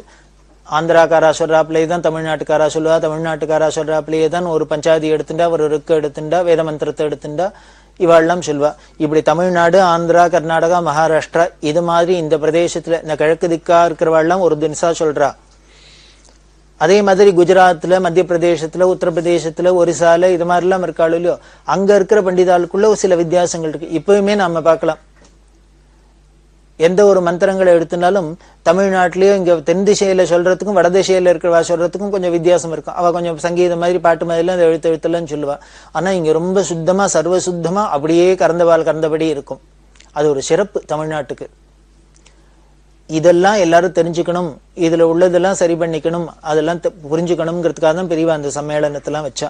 அதுல 400க்கும் மேற்பட்ட வித்வான்கள்லாம் வந்தா ரொம்ப பிரமாதமா நடந்தது.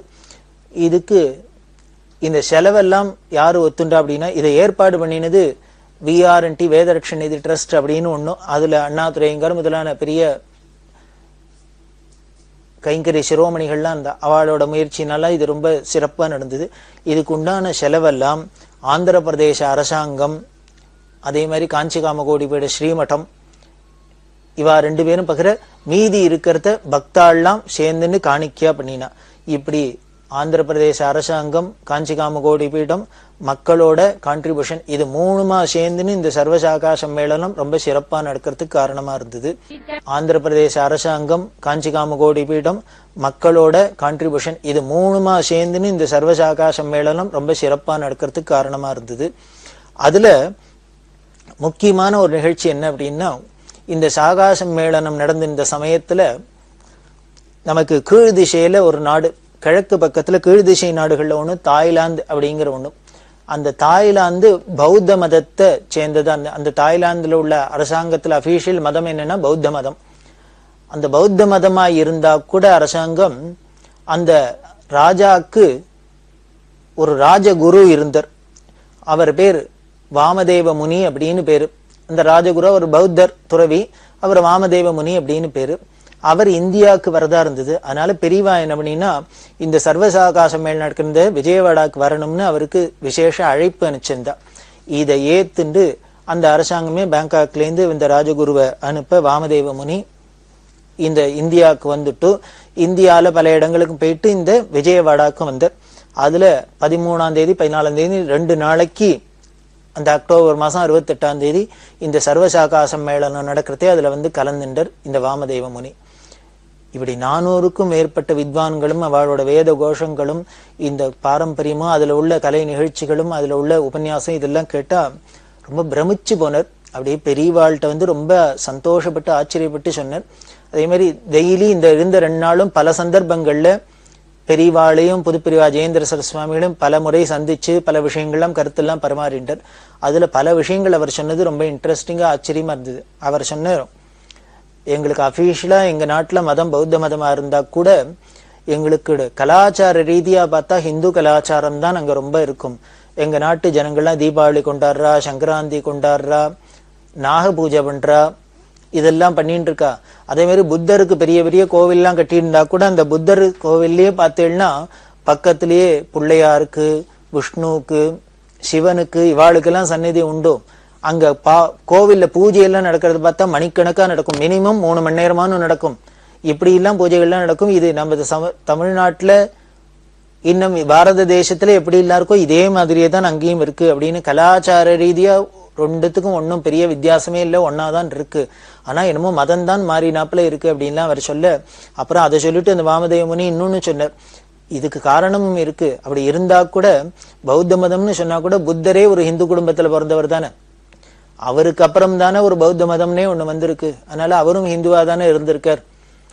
அதோட தாக்கம் தான் போல இருக்கு. அங்கேயும் இப்படித்தான் இருக்கு, கீழ் திசை நாடுகளும் இப்படித்தான் இருக்கு அப்படின்லாம் சொல்ல, அதுல இன்னொன்னு அரசாங்கமே நடத்துற விழால ஒண்ணு திருப்பாவை திருவம்பாவை அப்படின்னு ஒண்ணு, பிரம்பாவாய் அப்படின்லாம் அதுக்கு என்னமோ அவ சொல்ற. இது திருப்பாவை திரும்பாவை நடக்கும் விழா எல்லாம் நடக்கிறதுன்னு இந்த வாமதேவ முனி சொன்னார்.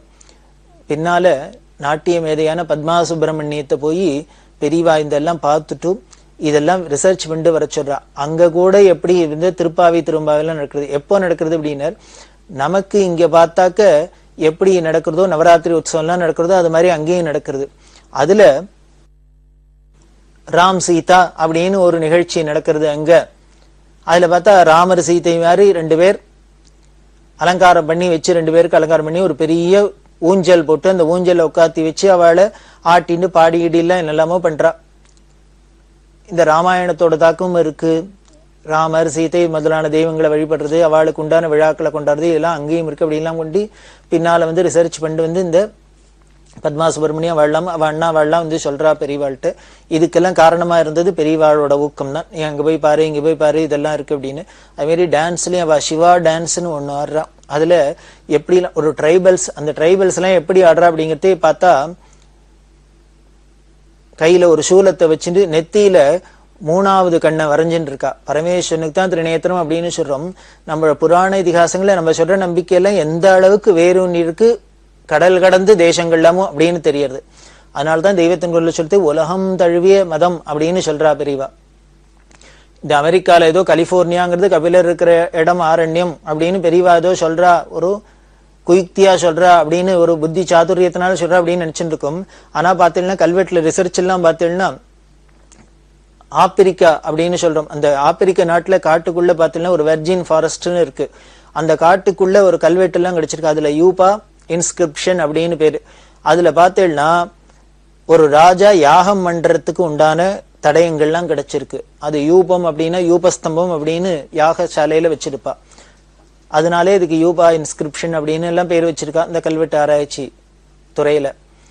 அங்க யாகம் நடந்திருக்குன்னா தெரியும். எங்கேயோ ஒரு ஆப்பிரிக்காங்கிறோம், ஃபாரஸ்ட்ங்கிறோம், நீக்ரோஸ் இருக்கிற இடம் அப்படிங்கிறோம். அங்க கூட காலங்காலத்துக்கு முன்னாலே எப்படி இருந்திருக்குன்னு புதைப்பொருள் ஆராய்ச்சியில் நமக்கு கிடைக்கிறது. இன்னும் பார்த்தாக்க பல இடங்கள்ல பிள்ளையார் சிலை கிடைக்கிறது. இது மாதிரிலாம் சொல்றாளே இல்லை எப்படி அப்படின்னா, இந்த கலாச்சாரம், இந்த மதம்ங்கிறது, இந்து மதம்ங்கிறது உலகம் முழுக்கலும் பரவி இருந்திருக்கு. ஒரு சம்பிரதாயம்லாம் இருந்திருக்கு. காலகட்டங்கள்ல ஒவ்வொருத்தரோட இன்ஃபுளுன்ஸ்னால இதெல்லாம் மாறி போய் இது என்னமோ இதுக்கு தனியா ஒரு புது தேசம் மாதிரி புது மதம் மாதிரியும் தெரியுது. ஆனா இது எல்லாத்துக்கும் இங்கேருந்து போன லிங்க் இருக்கு. ஆனா இந்த பாரத தேசத்துல மட்டும் இன்னும் அந்த பழம்பெருமையோட இது இருக்கு அப்படின்லாம் பெரியவா ரிசர்ச்ல தெய்வத்தின்குள்ள சொல்றது பரம சத்தியம் அப்படிங்கிறதுக்கு இது மாதிரிலாம் தெரியும். அந்த வாமதேவ முனி இந்த சம்மேளனத்துக்கு இது மாதிரி இன்ஃபர்மேஷன்ஸ் எல்லாம் சொன்னார். அவர் பௌத்த மதத்து ராஜகுரு. அப்படி இந்த வேத சம்மேளனம் ரொம்ப விமரிசையா நடந்தது. அதுக்கப்புறம் பெரியவா அந்த விஜயவாடால இருக்கிறதே, அந்த ஊர்ல ஆஞ்சநேய பந்துலு அப்படின்னு ஒரு பக்தர், அவர் இருக்கிற அந்த பக்கத்துல என்ன பண்ணா, அங்க ஒரு வெங்கடேஸ்வர சுவாமி ஆலயம் இருந்தது அப்படின்னு சொன்னோம். இந்த விஜயவாடால வெங்கடேஸ்வர சுவாமி ஆலயத்துக்கு பக்கத்துல ஒரு சிவாலயம் கட்டணும் அப்படின்னு இந்த ஆஞ்சநேய பந்துலு இன்னும் அந்த ஏரியால உள்ளவெல்லாம் ஆசைப்பட பெரியவா அங்க ஒரு சந்திரமௌலீஸ்வரர் ஆலயம் கட்டணும் அப்படின்னு சொல்லி ஆலயம் கட்டப்பட்டு பிரதிஷ்டை ஆச்சு. அப்படி இருக்கிறதே அந்த ஊர்ல ஹரி சகோதரர்கள் அப்படின்னு ஒருத்தர், ஹரி பிரதர்ஸ் அப்படின்பா, 5 பேர். அவ எல்லாருமே ஒரு பெரிய சம்ஸ்கிருத வித்வான்கள், மகா மேதைகள். அவ வீட்டுக்கெல்லாம் பெரியவா பேருக்கா எல்லாம் பண்ணா. அவ என்ன பண்ணினா, வேத பாஷ்யம், தர்மசாஸ்திரம், புராணம் இதெல்லாம் ஆராய்ச்சி பண்ணி ரிசர்ச் பண்ணி எல்லாத்தையும் தொகுத்து, அதாவது ஒரே விஷயமே எப்படி எல்லாம் சொல்லியிருக்கு அப்படிங்கிறதெல்லாம் ரிசர்ச் பண்ணி தொகுத்து பாரதி நிருக்தி அப்படின்னு ஒரு புஸ்தகம் தெலுங்குல எழுதியிருந்தா. அந்த மேனஸ்கிரிப்ட பெரியவாள்கிட்ட காமிக்க பெரியவா பார்த்து ரொம்ப சந்தோஷப்பட்டு அவரோட ஆராய்ச்சி அவளோட உழைப்பெல்லாம் பாராட்டி அனுகிரகம் பண்ணி ஆசீர்வாதம் பண்ணினா. அதுக்கப்புறம் பிற்காலத்துல அதை புஸ்தகமா பிரிண்ட் பண்ணி பப்ளிஷ் பண்றதுக்கும் ஏற்பாடெல்லாம் பண்ணினா. இப்படி விஜயவாடால இருக்கிறதே அதை முடிச்சுன்னு மசூலிப்பட்டினத்துக்கு வந்தா. மசூலிப்பட்டினத்துல காயத்ரி வித்யாபீடம், அதுல சாங்க வேத வித்யாலயம் அப்படின்னு இருக்கு. அதுல தங்கி இருந்துட்டு அந்த மசூலிப்பட்டினத்துல இருக்கிறதே இன்னும் பல நிகழ்ச்சிகள் நடந்தது. அந்த சமயத்துல அலகாபாத் அப்படின்னு சொல்லக்கூடிய பிரயாகை, அந்த பிரயாகையில ஆதிசங்கரருக்கு ஒரு விமான மண்டபம் கட்டணும் அப்படின்னு பெரியவா ரொம்ப நாளா ஆசைப்பட்டிருந்தா. அதாவது 1962ஆம் வருஷத்திலேருந்தே பெரியவாளுக்கு இந்த பிரயாக கஷேத்திரத்துல ஆதிசங்கரோட பெருமையை சொல்றாப்புல ஒரு இடம் இருக்கணும் அப்படின்லாம் ஆசைப்பட்டா. அப்போ அந்த காலத்துல டிஐ சைக்கிள்ஸ் அப்படின்னு சொல்லக்கூடிய ஒரு பெரிய கம்பெனி, அதோட அதிபர் முருகப்ப செட்டியார் அப்படின்னு. அந்த முருகப்ப செட்டியார்ட்ட பெரியவா சொல்லியிருந்தா, இது மாதிரி அலகாபாத்ல ஒரு ஆதிசங்கருக்கு ஒரு விமான மண்டபம் கட்டணும்னு ஆசையா இருக்குன்னு. செட்டியாரும் அதுக்கு உண்டான என்னென்ன ஒத்தாசை பண்ணுவோம் என் காலத்துல பண்றேன், பெரியவா அதுக்கு ஏற்பாடு பண்ணிட்டோம் அப்படின்லாம் சொல்லி வச்சிருந்தார். இது பெரியவா மனசுல ஓடிண்டே இருந்தது. ஒரு 6 வருஷமா ஓடின்னு இருக்கு. அப்படி இருக்கிறதே 68ஆம் வருஷம் என்ன பண்ணினா, உத்தரப்பிரதேசத்துல கவர்னர் அந்தர் கோபால் ரெட்டி அப்படிங்கிறவர். இந்த கோபால் ரெட்டி எல்லாம் பெரியவாளுக்கு ரொம்ப பிரியம் உள்ளவா, பக்தர். இந்த கோபால் ரெட்டிட்ட சொல்ல, அவரோட முயற்சினால யூபி அரசாங்கத்திட்ட சொல்லி இந்த பிரயாகையில சங்கம ஸ்தானத்துல மிலிட்ரியிலேருந்து சில இடங்களா வாங்கினா, அரசாங்கத்தினால கொடுக்கப்பட்டது. அந்த திரிவேணி சங்கமத்துல ரொம்ப அழகா இருக்கும், ஒரு ஆலயம் கட்டணும் அப்படின்னு பெரியவா ஆசைப்பட்டதுக்காக இடம் வாங்கப்பட்டது இந்த கோபால் ரெட்டி அவளோட உதவியினால. அதுக்கு 1968ஆம் வருஷம் டிசம்பர் மாசம் 29ஆம் தேதி பூமி பூஜை போட்டு விழா ஆரம்பிக்கப்பட்டது. அதுல அப்போ அருணாச்சல செட்டியார்ட்ட தான் முதல்ல சொல்லியிருந்தா, இந்த முருகப்ப செட்டியார்ட்ட தான் முதல்ல சொல்லியிருந்தா. முருகப்ப செட்டியார் காலமாயிட்டார். அது 6 வருஷத்துக்குள்ள அவர் காலமாயிட்டார். அதனால என்ன பண்ணார், அவரோட தம்பி முருகப்ப செட்டியாரோட தம்பி அருணாச்சலம் செட்டியார் வந்திருந்தார் அந்த விழாக்கு. அவர் இந்த வரவேற்புரையில பேசுறதே ரொம்ப சந்தோஷப்பட்டார். எங்க அண்ணாட்ட தான் பெரியவா சொன்னா, 62ஆம் வருஷம் அது இப்போ கனிஞ்சு வந்திருக்கு, காலம் எதுக்குமே காலம் வருவான்றிருக்கு வந்திருக்கு. அண்ணாவும் ரொம்ப ஆசைப்பட்டிருந்தார். அவரோட ஆசை அப்படி பூர்த்தியாகிறது ரொம்ப சந்தோஷமா இருக்கு அப்படின்லாம் அவர் சொல்ல, அப்புறம் டாக்டர் மண்டன மிஸ்ரா அப்படிங்கிறவர் அவர் பேசினார். அவர் பேசுறதே சொல்ற, இந்த திரிவேணி சங்கமத்துல கங்கை யமுனா சரஸ்வதிங்கிற 3 நதி சங்கமிக்கிற இடத்துல ஒரு பெரிய ஆலயம் ஏற்படுறது. இந்த சங்கமத்துல பார்த்தேன்னா கங்கை தெரியறது, யமுனை தெரியுது, சரஸ்வதி கண்ணுக்கு தெரியல, அந்தர்வாகினி அப்படிங்கிறா. அதே போலதான் இருக்கு இங்க. இத்தனாம்பெரிய சங்கரோட பெருமையை சொல்றாப்புல ஒரு ஆலயம் வருது. ஆனா இந்த ஆலயத்துக்கு மூல காரணமா இருக்கிற பெரியவா எங்கேயோ கண்ணுக்கு தெரியாத இருக்கா. நாமெல்லாம் இங்க விழால பெருசா மேடையில உட்காந்துருக்குமே வழிய, இதுக்கு மூல காரணமா இருக்கிறவா கண்ணுக்கு தெரியாத எங்கேயோ இருக்கா, ஆந்திரா தேசத்துல யாத்திரையில இருக்கா அப்படின்னு சொல்ல அவர் சரஸ்வதியோட ஒப்பிடுறார். எப்படி சரஸ்வதிங்கிற புண்ணிய நதி கண்ணுக்கு தெரியாத இருக்கு, ஆனா திரிவேணியில அதுவும் கலந்து அதோட சாநித்தியம் அனுகிரகம் இருக்கிறாப்புல இந்த சந்திரசேகரேந்திர சரஸ்வதியும் கண்ணுக்கு தெரியாத எங்கேயோ இருந்துன்னு இப்படி ஒரு பெரிய காரியத்தை நடத்தி வைக்கிறார். இது எல்லாமே அவளோட தபஸ்னால நடக்கிறது அப்படின்னு மண்டன மிஸ்ரா பேசினர். அதே மாதிரி CS ராமச்சந்திரர் அப்படின்னு அவரோட உழைப்பு சொல்லி மாளாது. இப்படி பல பேர் இதுக்கு ஒத்துழைக்க இந்த பிரயாகைங்கிற க்ஷேத்திரத்துல ஆதிசங்கருக்கு ஒரு ஆலயம் வரப்போறது. அதுக்கு ஏற்பாடு ஆயிருந்தது. இந்த பிரயாகைக்கு இன்னொரு முக்கியமான பெருமை என்ன அப்படின்னா, குமாரில பட்டர் அப்படின்னு ஒரு மகான், பௌத்தர்களோட மதம் பரவி இருந்து ரொம்ப நாடு முழுக்கலும் பரவி இருந்து இந்த அவளுக்கு முக்கியமாவே இந்த வேதமும் வேதத்தில் உள்ள யாகங்களை நிந்தனை பண்ணினதுனால அது அழிஞ்சு போற ஸ்டேஜுக்கு வரத்தே தான் சாட்சாத் முருகனோட அவதாரமா குமாரில பட்டர் அப்படிங்கிற ஒரு அவதாரம் ஏற்பட்டு அவர் வடதேசத்துல இருந்து அவரை பூர்வ மீமாம்சகள் அப்படின்பா. இந்த வேதத்துல சொன்ன சாஸ்திரத்துல சொன்ன கர்மானுஷ்டானங்களை விடாத பண்ணணும், அதுவே மோட்சத்துக்கு வழி அப்படின்னு சொல்லக்கூடியவா. அந்த பூர்வ மீமாம்சகரா வந்தார் இந்த குமாரில பட்டர். அவர் என்ன பண்ணுவா, அந்த பூர்வ மீமாம்சகள் வேதத்தை ஒத்துப்பா, பிரமாணமா ஒத்துப்பா, அதுல சொன்ன யாக யஜ்யம் முதலான கர்மானுஷ்டானங்கள்லாம் ஒத்துப்பா, கர்மகாண்டத்தை ஒத்துப்பா. அதே வேதத்துல பின்னால உபனிஷத்துன்னு சொல்லி இந்த ஞானமா சொல்லி இருக்கிறத அந்த ஞானத்துல என்ன சொல்றது, எத்தனை நாளைக்கு இப்படியே காரியத்தையே செஞ்சுன்னு கர்மாக்களே சென்று அதோடய உடனே இருக்குது. அதனால ஒரு காலத்துல அதையும் தியாகம் பண்ணிவிட்டு ஆத்ம விசாரம் பண்ணி ஞான மோட்சத்தை அடையணும்னு சொல்றது இல்லையா, அதை ஒத்துக்க மாட்டா. இந்த ஞானத்தை காண்டத்தை ஒத்துக்க மாட்டா, கர்ம காண்டத்தை மட்டும் ஒத்துப்பா. அவளுக்கு பேர் பூர்வ மீமாசகால்னு பேரு. ஏன் அப்படி வந்தது அப்படின்னா, அந்த காலகட்டத்துல இந்த கர்மாவை துளிக்கூட பண்ணவே கூடாது, பண்ணினாலே பாபம் அப்படின்னு ஒரு சார பிரச்சாரம் பண்ணிட்டு அது பரவிண்டு வரத்தே, இதைத்தான் பண்ணணும், இதுதான் முக்கியம் அப்படின்னு அதுக்கு கவுண்டரா வைக்கிறதே இதைத்தான் வலியுறுத்தி சொல்லணும்.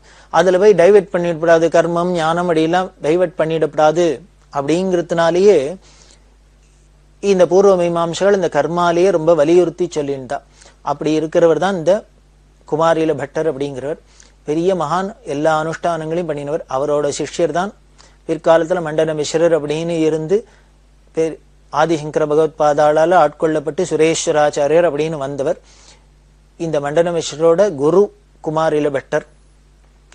இந்த குமாரில பட்டர் இருந்தது இந்த பிரயாகைங்கிற க்ஷேத்திரத்துல. இவர் என்ன பண்ணினார், இந்த வேதத்திலையும் சாஸ்திரத்துல சொன்ன கர்மானுஷ்டாங்க யாக யஜ்யங்கள்ல இந்த பௌத்தர்களை தான் ரொம்ப பரிகாசம் பண்ணி கண்டிக்கிறா.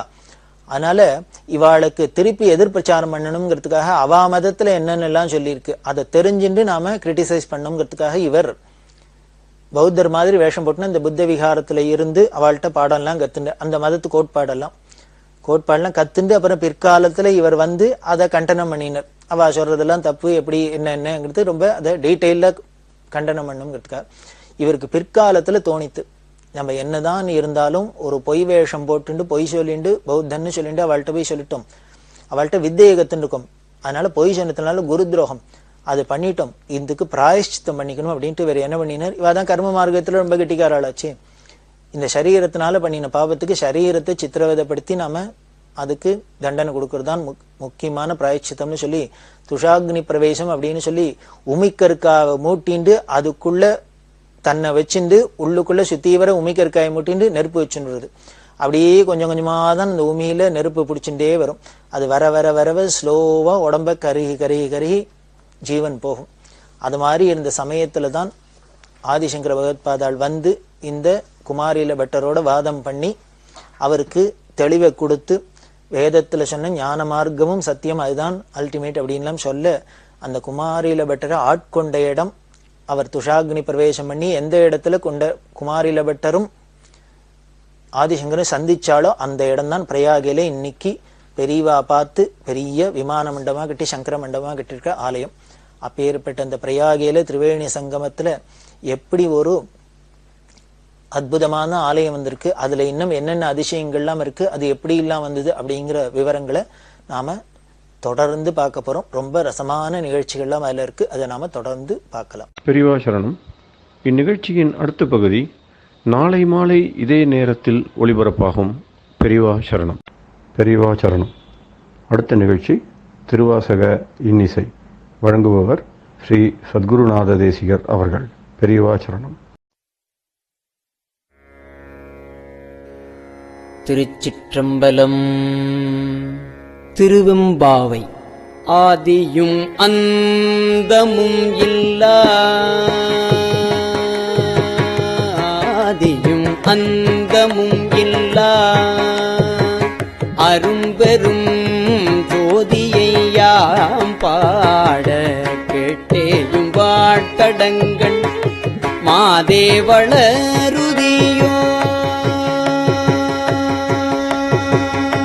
மாதேவளருதியோ வன்செவியோ நின் செவிதான் மாதேவன் வார்கழல்கள் வாட்டிய வாட்டோலி போய் வீதிவாய் கேட்டலுமே விம்மி விம்மி மெய் மறந்து போதாரமழியின் மேல் நின்றும் புரண்டு இங்கன் ஏதேனுமாகாள்,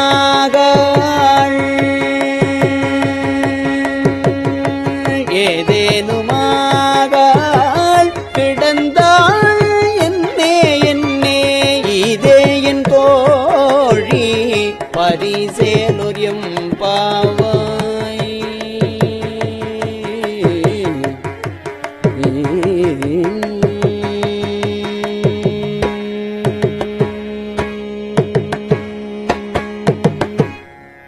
பாசம் பரஞ்சோதிக்கு,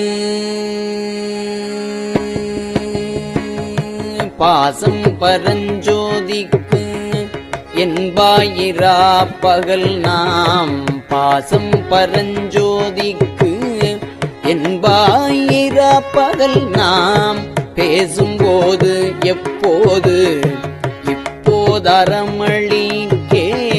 நேசமும் வைத்தனையோ,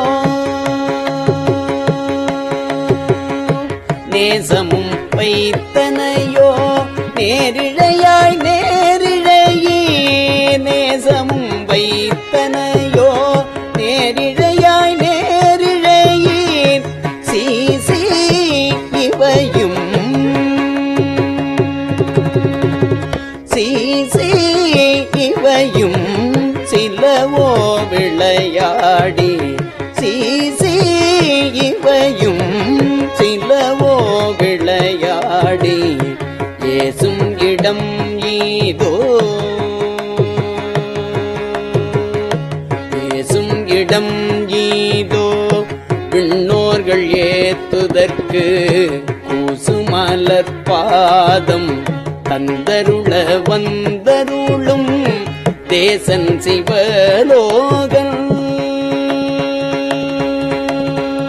தேசன் சிவலோகன் தில்லை சிற்றம்பலத்துள் தேசன் சிவலோகன் தில்லை சிற்றம்பலத்துள் ஈசனார்க்கு அன்பார் யாம் ஈசனார்க்கு அன்பார் யாம் ஆரேலொரும் பாவாய்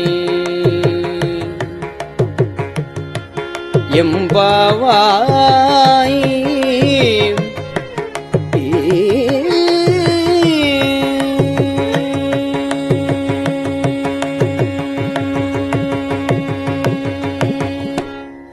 முத்தண்ண வெண்ணகையாய்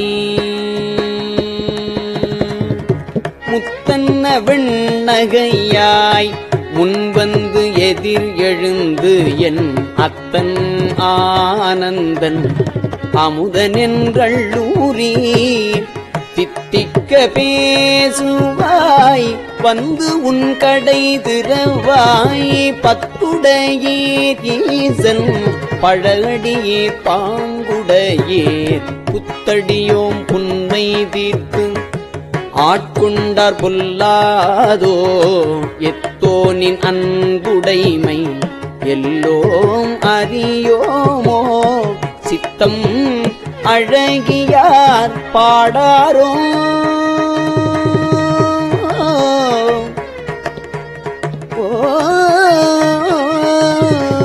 சித்தம் அழகியார் பாடாரோ நம் சிவனை இத்தனையும் வேண்டும் எமக்கேலோர் எம்பாவாய்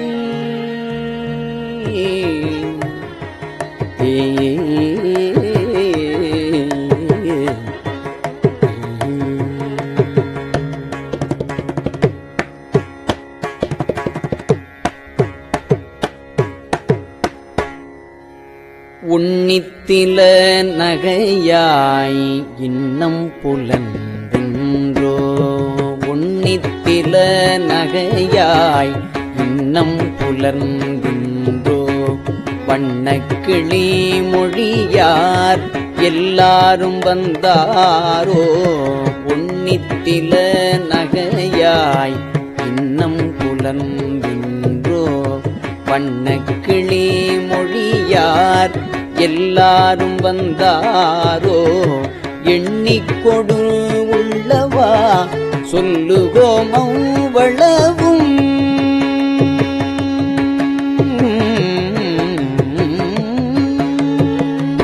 எண்ணிக்கொடு உள்ளவா சொல்லுகோம் அவ்வளவும் கண்ணை துயின்றவமே கண்ணை துயின்றவமே காலத்தை போக்காதே விண்ணுக்கு ஒரு மருந்தை வேத விழு பொருளை கண்ணுக்கு இனியானை பாடி கசிந்து உள்ளம் விண்ணுக்கு ஒரு மருந்தை வேத விழு பொருளை கண்ணுக்கு இனியானை பாடி கசிந்து உள்ளம் உள்ளுக்கு நின்றுருக யாமாட்டோம் உள்ளுக்கு நின்றுருக யாமாட்டோம் நீயே வந்து எண்ணிக்குறையில் உள்ளுக்கு நின்றுருக யாமாட்டோம் நீயே வந்து எண்ணிக்குறையில் துயிலேலோர் எம்பாவாய்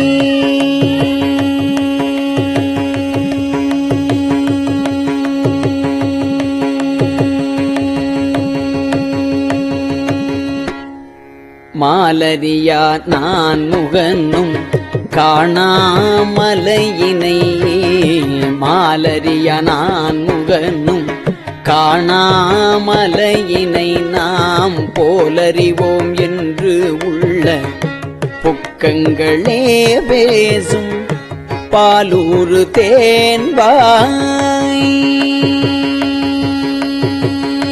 பாலூரு தேன்வாய் படிரி கடை திறவாய் பாலூரு தேன்வாய் படிரி கடை திறவாய் ஞாலமே விண்ணே பிறவே அறிவறியான் கோலமும் நம்மை ஆட் குண்டருளி கோதாட்டும் சீலமும் பாடி சிவனே சிவனே கோலமும் நம்மை ஆட்குண்டருளி கோதாட்டும் சீலமும் பாடி சிவனே சிவனே என்று ஓலம் எடீனும்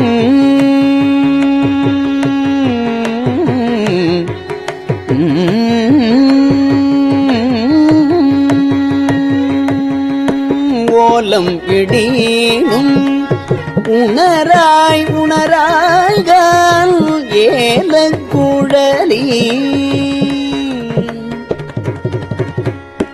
ஏலக்குழலி பரிசேலுரியம்பாவாய்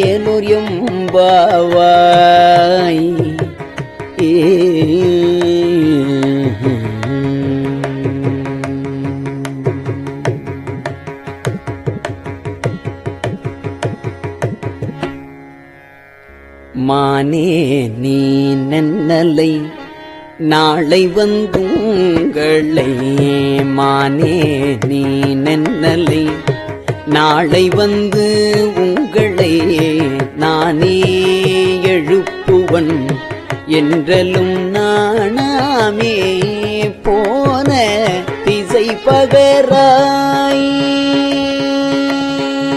போன திசை பகராய் இன்னம் புலல்தில்ரோ வானே நிலனே பிறவே அறிவறியான் தானே வந்து எம்மை தானே வந்து எம்மை தலையளித்தாட்கொண்டருளும் வான்பார்கழல் வாடி வந்தோர்க்குண்வாய் திரவாய் தானே வந்து எம்மை தலையளித்தாட்கொண்டருளும் வான்வார்கழல் பாடி வந்தோர்க்குண்வாய் திரவாய் ஊனே உருகாய்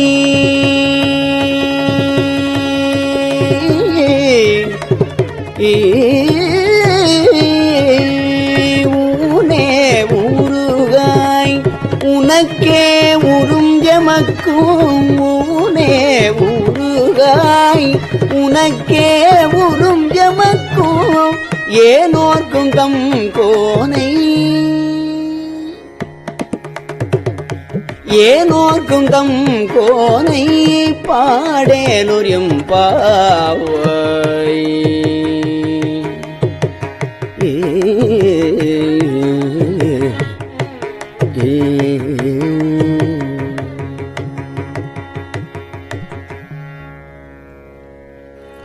அன்னே இவையும் சிலவோ பல அமரர் அன்னே இவையும் சிலவோ பல அமரர் உன்னற்கு அறியான் ஒருவன் இரும் சீரான் சின்னங்கள் கேட்ப சிவன் என்றே வாய் திறப்பாய் தென்னாய நாம் உன்னம் தீசேர் மெழுகு ஒப்பாய் என்னான என் அறையன் இன்னமுதன் என்றெல்லோமும் சொன்னோங்கள் வெவ்வேறாய் இன்னந்துயிலுதியோ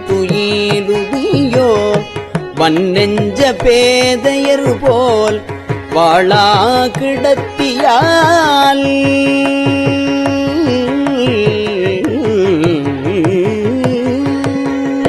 வன்னெஞ்ச பேதையர் போல் வாழா கிடத்தியால் என்னே துயிலில் பரிசேலுர் எம்பாவாய்.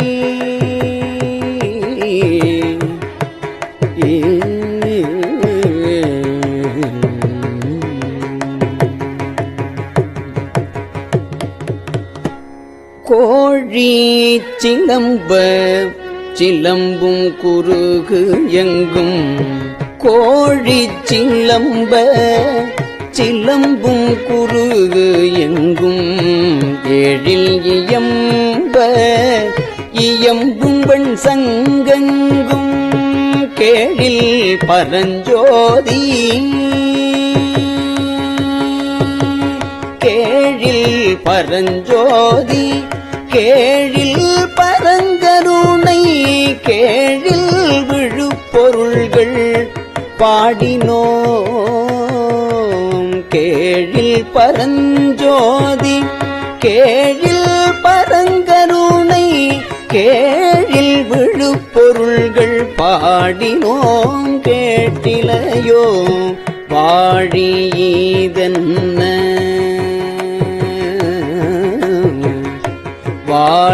வாழியீதென்ன உறக்கமோ வாய்திரவாய் ஆழியானன்புடை நீ ஆமாறும் யூவாரோ ஊழி முதல்வனாய்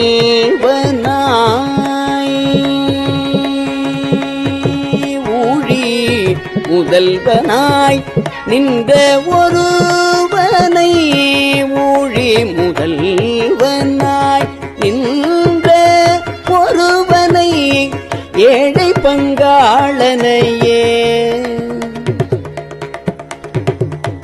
ஏழை பங்காளனையே பாடேலோ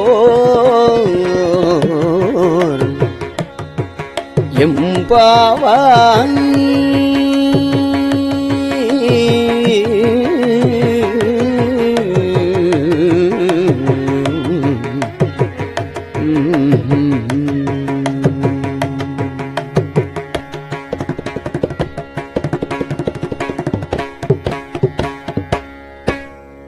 முன்னை பழம் பொருட்கும் முன்னை பழம் பொருளே பின்னை புதுமைக்கும் பேர்த்தும பெற்றியனே உன்னை பிரானாக பெற்ற உன் சீரடியோ உன்னை பிரானாக பெற்ற உன் சீரடியோம் உன்னடியாதாள் பணிவோம் ஆங்கவர்க்கே பாங்காவோ.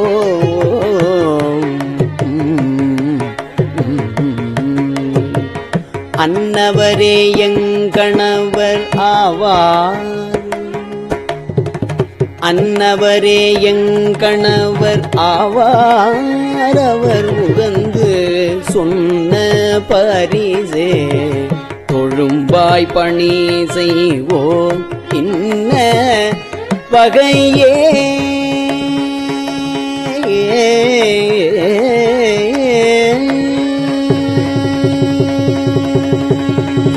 இன்ன வகையே எமக்கெங்கொனல் குதியேல் என்ன குறையுமிலோ ஏலோர் எம்பாவாய்.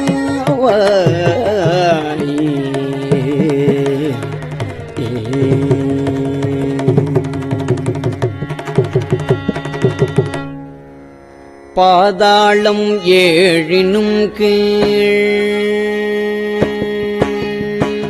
பாதாளம் ஏழினும் கீழ் சொற்கழிவு பாதமலர் போதார் புனை முடியும் எல்லா பொருள் முடிவே.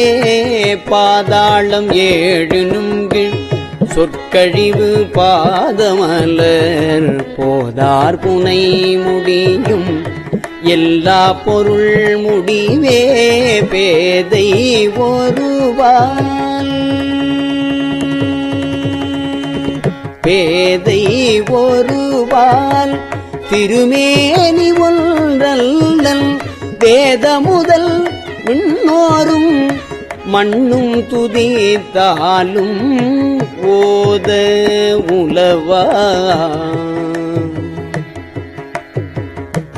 ஓத உலவா ஒரு தோழன் தொண்டருளல் கோதில் குலத்தரன்றன் கோயிற்பிணா பிள்ளைகாள் ஏதவனோ ஏதவன் ஏதவனூல் ஏதவன் ஆருற்றராரையல்லார் ஏதவனூல் ஏதவன் ஆருற்றராரையல்லார் ஏதவனை பாடும் பரிசேலோ எம்பாவாய்.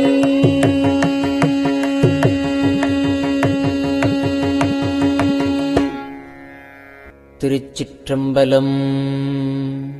பெரியவா சரணம். இந்நிகழ்ச்சியின் அடுத்த பகுதி நாளை மாலை இதே நேரத்தில் ஒளிபரப்பாகும். பெரியவா சரணம். பெரியவா சரணம். பெரியவா வானொலியின் இன்றைய நிகழ்ச்சிகளின் நிறைவாக திருப்பொன்னூசல் வழங்குபவர் சத்குருநாத தேசிகர் அவர்கள். பெரியவா சரணம். திருச்சிற்றம்பலம். திருப்பொன்னூசல். ஆணோ அலியோ அறிவையோ என்று இருவர் காணா கடவுள் கருணையினால் தேவர்குழாம் நாணாமே உய்ய ஆட்கொண்டு அருளி நஞ்சுதனை ஊனாக உண்டருளும் உத்தரகோசமங்கை கோணாறு பிறைச்சன்னி கூத்தன் குணம் பரவி பூணாறு பணமுலையீர் பொன்னூசலாடாமோ.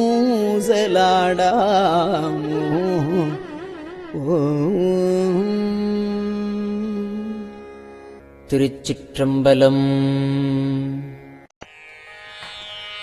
கஞ்சிவய காமாட்சி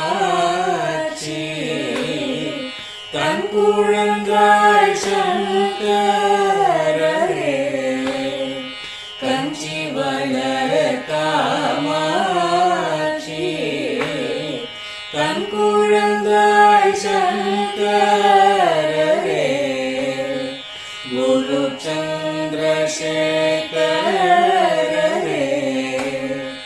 உறங்கிடுவீர்களேலோ உறங்கிடுவீர்களேலோ.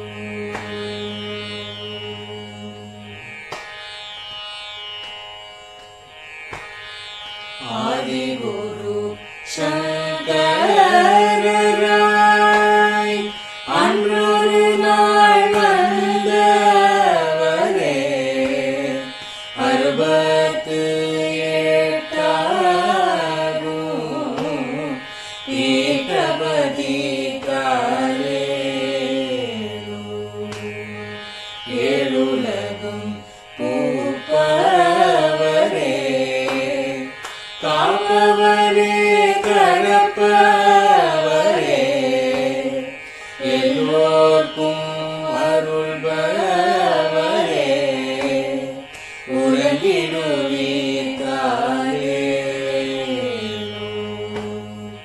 அயனுடனே மாலவனோ தேடிய பொற்பதத்தவரே அருமறைகள் சாற்றும் முயல் மலர்பதமே காலேலோ. முக்தி நிலை எய்திடவே சக்தி தரும் சத்குருவே. முக்தி நிலை எய்திடவே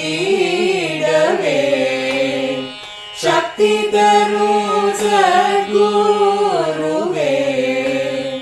நித்தமெங்கள் நாவீசையில் நித்திரை கொள்தாளே நித்தமெங்கள் நாவீசையில்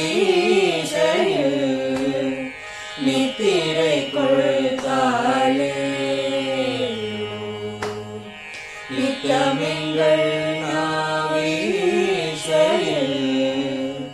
நித்திரை கொள்தாளே.